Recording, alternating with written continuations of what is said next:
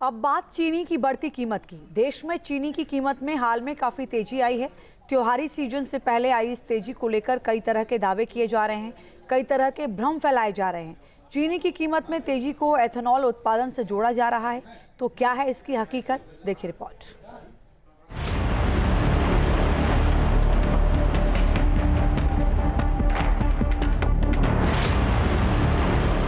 त्योहारी सीजन के करीब आते ही चीनी की कीमत रॉकेट बनती दिखने लगी है। बिजनौर से लेकर लखनऊ तक और पटना से लेकर दिल्ली तक चीनी के बढ़े दाम इसकी मिठास को कम करने लगे हैं।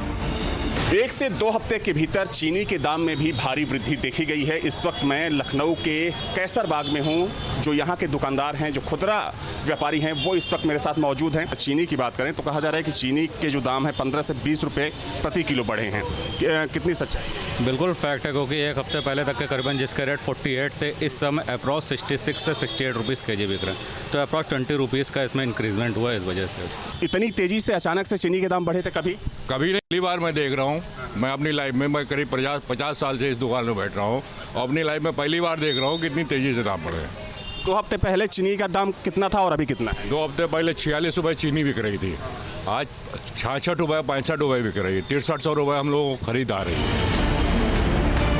लेकिन सवाल उठता है कि चीनी के दाम में एकाएक इतनी बढ़ोतरी क्यों हो रही है? क्या है इसकी वजह?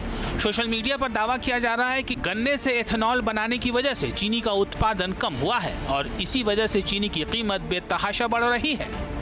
अब जब गन्ने की खेती को इन्होंने इथेनॉल बनाने के लिए डाइवर्ट किया तो गन्ने की कमी हो गई, चीनी की कमी हो गई देश में। 17 दिन पहले चीनी की कीमत थी 46 रुपये, अब 65 रुपये किलो चीनी हो गई है। हमारा देश चीनी एक्सपोर्ट किया करता था, अब हमारा देश चीनी इंपोर्ट करने की प्लानिंग कर रहा है। तो क्या यही वजह है चीनी की कीमत में इजाफे की, या फिर असली वजह कुछ और है?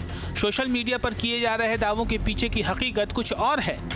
चीनी के रेट हैं, इसमें दावा किया जा रहा है कि चीनी के दाम अचानक इसलिए बढ़े हैं क्योंकि 60 से 70 रुपए किलो के हिसाब से चीनी कई जगहों पे हो चुकी है।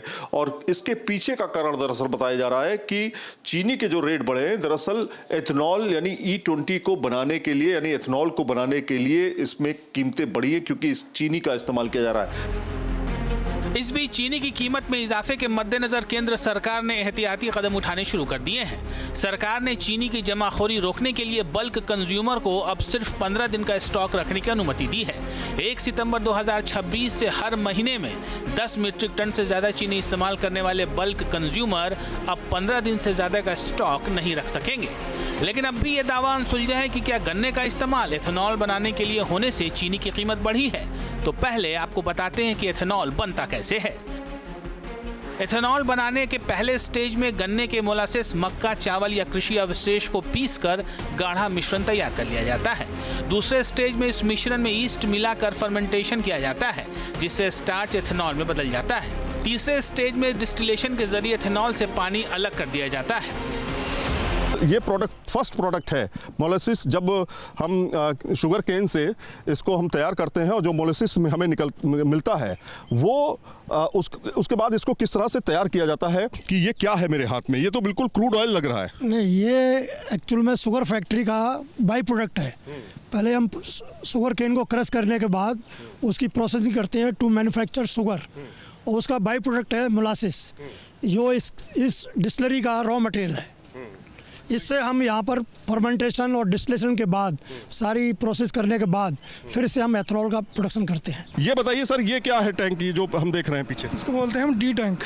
D tank? हाँ, यहाँ पे मोलासिस का वेट किया जाता है। अच्छा। और इसको बाद उसको हम फर्मेंटेशन टैंक में लेके जाते हैं। वहाँ पे क्या होता है, हमारा रिएक्शन चलती है। मतलब इसमें पानी मिला रहे हैं। हाँ, इसको डाइल्यूट करने के बाद वहाँ पे क्या होगा, रिएक्शन स्टार्ट होगी, शुगर जो होगा इथेनॉल में कन्वर्ट होगी। यहाँ पे आप जो टैंक देख रहे हैं, बड़ा सा टैंक ये आपको दिखा रहे हैं तस्वीरों में। देखिए, पहले ऊपर से देखिए, ऊपर से पूरा ये एक मोटर लगा हुआ है, बहुत बड़ा मोटर है ये। एजिटेटर बोलते हैं। अच्छा, वो मिक्सिंग के लिए। इसमें टैंक में क्या होता है? इस टैंक में क्या होता है, रिएक्शन चलती है हमारी। वो रिएक्शन का टाइम होता है 25 से 30 घंटे।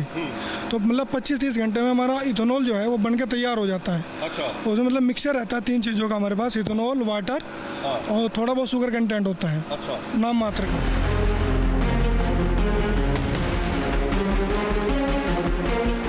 एक एक और दिलचस्प बात यह है कि अब सिर्फ गन्ने से ही नहीं बल्कि मक्के से भी बड़ी मात्रा में एथेनॉल बनाया जा रहा है। आंकड़ों के मुताबिक वर्ष 2025-26 के पहले 6 महीने में देश में कुल एथेनॉल की सप्लाई करीब 515 करोड़ लीटर तक पहुंच गई, जिसमें अनाज आधारित डिस्टिलरियों ने लगभग 333 करोड़ लीटर एथेनॉल की सप्लाई की और इसमें मक्के से बने एथेनॉल का हिस्सा सबसे ज्यादा रहा है।